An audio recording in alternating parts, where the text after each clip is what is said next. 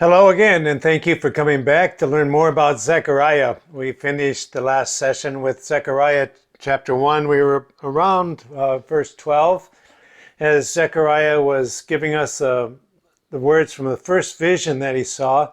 There's a series of visions that God gives to the prophet Zechariah to talk about how God wants his people to be near him and draw near to him and be their people, to be his people.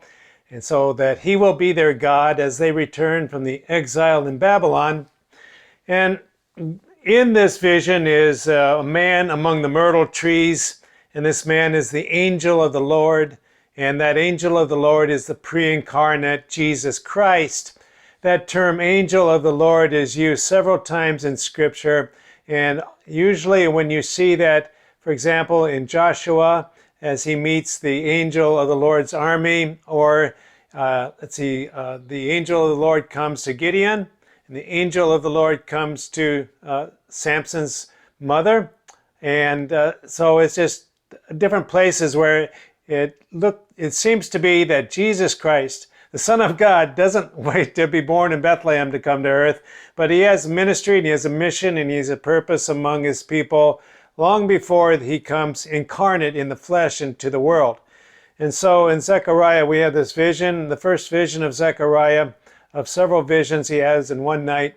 And this vision is about a man in a myrtle tree, and the man is the angel of the Lord. And one of the things that the angel of the Lord says is in Zechariah, we'll begin in Zechariah chapter 1, verse 12. This is where we left off, and we talked about this in the last video, but we want to transition from the last video into this one with this petition of Jesus for his people. The angel of the Lord said, Lord Almighty. So the angel of the Lord is Jesus speaking to the Lord God Almighty, which is the Father. And he says, how long, Father, essentially he's saying, like a son saying to his father, how long, Father, will you withhold mercy from Jerusalem and from the towns of Judah, which you have been angry with these 70 years? And so Jesus is simply, it's like he's your best friend. And he's going to speak to your father and say to your father, hey, your son's been bad for a while. Will you receive him back into your home? And and so the power of Jesus, the Son, interceding for the Father is really saying to Judah, look, the Lord God is with you. The God of gods in heaven above is and the God the Father, and they didn't really understand the concept of God the Son at that point. But the vision is to declare that the heavens are moving to bring God's people back to God. And that's what we need to know as we get away from the church sometimes. If you've been away from the church and you're lost or you're confused or you want to go back and know that the church will receive you. The church, under the power and authority of God the Father, through the Son, risen from the grave and given the Holy Spirit into the world to declare the ways of God, is a church of forgiveness, a church of truth and justice. And we get this when we read God's Word. And so God wants to restore. So the Son of God in this vision is asking the Father, how long before you will restore Judah and the towns of Judah that you have been angry with these past 70 years? 70 years is the length of the exile and time they were in Babylon. And then he says here, we have here, as I said, Jesus is interceding for Israel as he intercedes for you today. Jesus is your great high priest, and he's interceding and praying for you in your needs. And so he wants the people of Judah to come back to the Lord God Almighty. How long will you withhold your mercy? And so, in this prayer too, is a confession of God is a merciful God. You know what? Jesus wouldn't have been speaking to his Father about his Father's mercy if there were no mercy in the Father. if there was only judgment and condemnation, Jesus would not say, how long will you withhold your mercy? Jesus is saying, your mercy is there, isn't it, Father? And will you bring it soon? In other words, he's saying, come quickly. Come quickly to your people. And really, that's the benediction of the Bible, isn't it? Come quickly, Lord Jesus. We want Jesus to come back. Now we can pray to God and say, how long will you withhold your favor from us? How long will you keep Jesus from us and coming back to save us and redeem us? Come quickly, Lord Jesus. And so that's the intent of this vision, is to help the people of Israel know that the Father will restore Israel. Very important. The Father will restore Israel to be God's people. And Jesus knows that one day he's going to have a role in that restoration. He knows that he is part of the redemptive plan. So he's almost asking the Father, how soon can I come and help my people?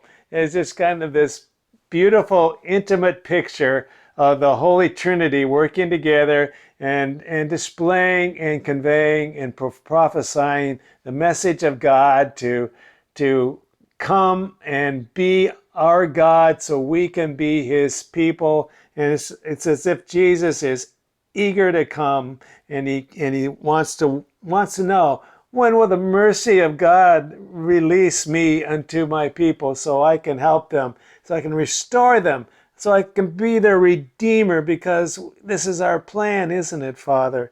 And so this is the purpose of God. The Son of God will receive the people of God through his mercy and goodness. And then we go on in Zechairah chapter 1, verse 14 and 15. Then the angel who was speaking to me, remember in this vision, there are two angels. The angel of the Lord is Jesus, and then there's a narrator angel, an angel telling the prophet what he is seeing. And so the angel who was speaking to me says, proclaim this word. This is what the Lord Almighty says. I am very jealous for Zion, but I am very angry with the nations that feel secure. I was only a little angry, but they added to the calamity. This is a really interesting truth about God. He has used nations such as Babylon. Before he used Assyria, he will use other nations to punish and bring judgment upon Israel and Judah. But you know what? Those nations went too far. They did too much damage. They did too much destruction, too much killing, too much maiming of God's people. And God was a little angry with them, but now he says he's very angry with them. And so this is the Father, God protecting his people. He is protecting his chosen people and saying they've been too violent against you. And it indicates that God is jealous to protect them. In other words, he's eager and passionate to protect them, and he's going to do some mighty work to protect his nation from evil. God is angry with the nations he used to judge Israel, and they overstepped their bounds. They went too far. It's like this free will aspect of God. He gives us room to do what we want, and they went way too far. And so he is going to protect his people from this evil. And so only the Father will determine the discipline and redemption of his own people. He will not allow anyone else to fully discipline them, judge them, and of course no one else can redeem Israel but God. And so he's saying to the nations, I'm angry with you, you've gone too far. And he's saying to Israel, I'm going to protect you. See, this is what Israel needs to know when they return. They need to know that God is still their God, that he's not standing by just watching. He's intimately involved with them, and he wants to safeguard them, put that hedge of protection around them, and so he wants to care for them. And this is really one of the main purposes of the prophet Zechairah, as we mentioned earlier, is that redemptive promise as the Jews return from exile, to encourage them to remember that God is their God. And so this indicates that God allows some free will in our hearts, but that he will limit that, and then again, that free will can cause judgment on us if we decide to go our own way, right? But he wants us to display a worship toward him and a faith in him, and that we honor him with our words and our deeds, and we are his people. And then it goes on in Zechairah chapter 1, verse 18 to 19. Then I looked up, and there before me were 4 horns. I asked the angel who was speaking to me, "What are these?" He answered me, "These are the horns that scattered Judah, Israel, and Jerusalem." So these are horns that represent the 4 nations that came against Judah and Jerusalem and Israel. That one nation is Assyria. They exiled the northern kingdom, the 10 tribes of Israel. Another nation is Egypt, and we know in the history of Egypt how much damage Egypt has done to Israel. Not only enslaved them, but Egypt attacked Israel later, and there was great war between Israel and Egypt.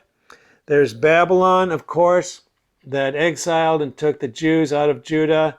And then there's Medo-Persia, again, in some elements that Medo-Persia was a good neighbor to Judah for a while, but then, there's too many things that this country would do in the future that would bring harm to Judah. So God is speaking to them, speaking in the vision, specifically about these 4 nations. And these enemies, they waged war against Israel. They destroyed the northern kingdom permanently. And then God goes on in Zechairah chapter 1, verse 20 to 21. And then the Lord showed me 4 craftsmen, and I asked, "What are these coming to do?" He answered, "These are the horns that scattered Judah to do that, so that no one could raise his hand, but the craftsmen have come to terrify them and throw down those horns of the nations who lifted up their horns against the land of Judah to scatter its people." This is confusing. It's a vision, so we'll try to understand it. Craftsman here is still the same image as the 4 horns. So sometimes we see in Daniel, and we see in Zechairah and some other prophets, that God will use different terms to describe the same object or the same people or the same nation. And he does this quite a bit in Daniel, like the different visions of King Nebuchadnezzar. And this is somewhat the same here in Zechairah. Zechairah and Daniel are considered very similar in the prophetic word. And so God is using the 4 nations, describing Assyria, Egypt, Medo-Persia, and Babylon as 4 horns, and then he describes them as craftsmen. And they are the image of the 4 horns in succession as world powers. So there's going to be one world power after the other world power. And this is a Revelation type vision where God is saying there's going to be nations that will come, and God will judge and defeat all of his enemies. And this is very powerful in Revelation, where we see God prophesies and gives to John the vision of great harm, great disturbance come upon the earth, and then God judges that and judges the devil into hell. And God is saying he's going to judge these 4 nations that have been attacking Judah, and he's going to subdue them, and he will control them. This is one of Scripture's great promises. That God will control your enemies. He will defeat your enemies. And he has a plan for that. He has a purpose for that. He's been doing that in history past. One of the reasons we look at these Old Testament scriptures is to see how God has defeated the enemies of Israel. He's defeated Egypt. He's defeated the enemies that are displayed as they came into the promised land in Joshua. In Judges, the enemies of Israel are defeated. And there's also times, of course, as we know, that God allowed the enemies of Judah and Israel to destroy the nations because of their sins. But God will destroy Judah's enemies. He will destroy Israel's enemies. He's doing that today. He's doing that right now. And if for the history of the world, no group of nations has ever been able to overcome and destroy Israel, although the great forces of many powers could easily annihilate Israel. They're not going to do it because the Lord is protecting Israel from their enemies. And we have this wonderful promise in Psalm chapter 2, verse 5. Then he rebukes them in his anger, and he terrifies them in his wrath, saying in verse 9, you will rule them with an iron scepter, you will dash them to pieces like pottery.